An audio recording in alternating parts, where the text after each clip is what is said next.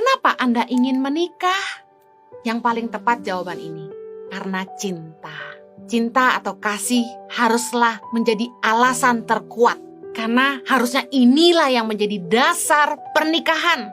Kasih adalah fondasi pernikahan yang terbaik. Kidung Agung 8 ayat 6 berkata, cinta kuat seperti maut. Kita dalam pernikahan akan menghadapi badai, tantangan, ujian, cobaan.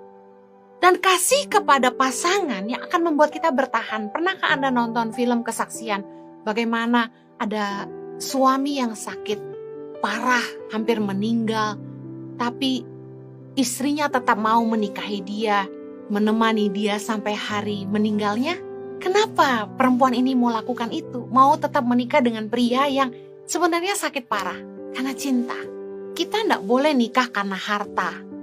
Karena ingin cari kenyamanan, karena mau punya keturunan, karena pengen cari ada pendamping yang menemani hidup saya, semua tentang saya.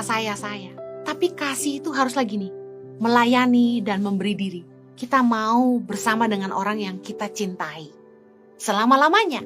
Dalam perjalanan pernikahan, kita akan diuji, kita akan disakiti. Cinta atau kasih yang akan memampukan kita terus mengampuni pasangan kita. Bisa belajar memahami dan menerima pasangan kita, belajar menghargai pasangan kita. Efesus 5 ayat 28, demikian juga suami harus mengasihi istrinya sama seperti tubuhnya sendiri. Siapa yang mengasihi istrinya, mengasihi dirinya sendiri. Pertanyaan saya kepada orang-orang yang sudah menikah. Pernahkah terlintas orang ketiga di benak Anda? Pernahkah menyesal menikahi pasangan Anda? Sekiranya Alkitab tidak melarang perceraian, apakah Anda akan menceraikan pasangan Anda? Saya yakin Anda yang jujur akan jawab iya. Sebenarnya dalam pernikahan ada yang kelihatannya masih bersama-sama, tapi perceraian itu sudah terjadi dalam hati.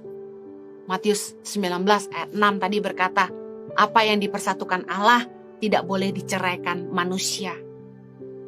Kita harus mengerti bahwa ketika kita memasuki pernikahan, kita sedang berkata, saya menerima ujian kesetiaan.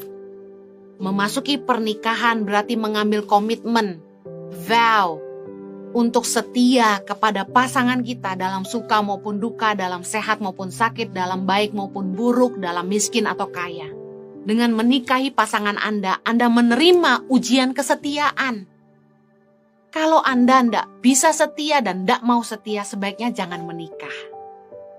Karena untuk menikah itu ada tanggung jawabnya. Kalau kita mau menikah, kita harus siap disakiti. Justru kasih itu diuji. Ketika kita disakiti, kita mampu mengampuni.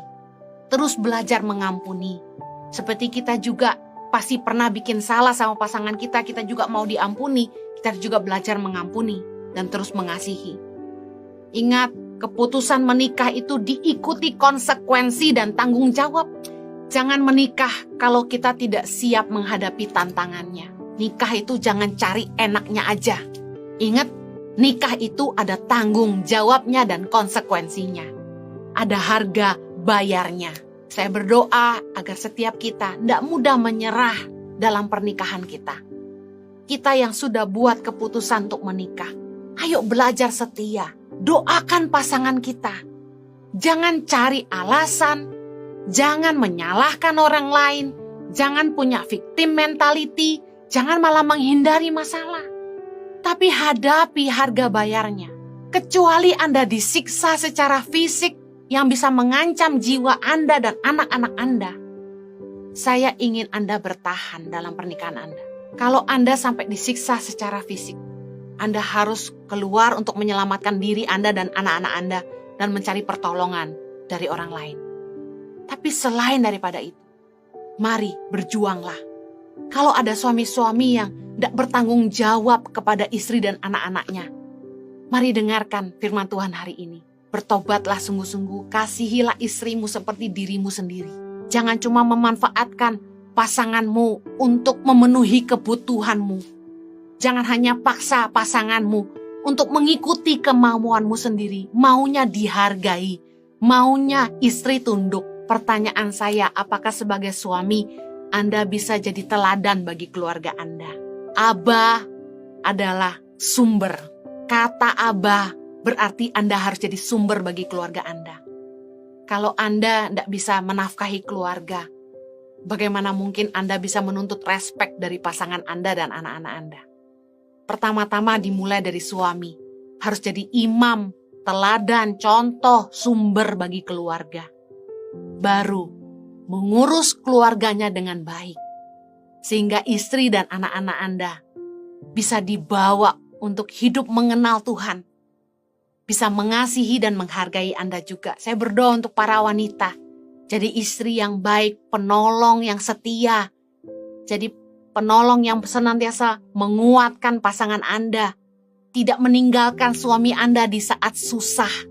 Berdoa agar suami istri bisa komitmen sama-sama. Ingat keputusan yang Anda ambil. Ada konsekuensi dan tanggung jawabnya kepada Allah. Tuhan memberkati. Hidupi hidup ini dengan kasih, maka Anda akan beroleh bahagia.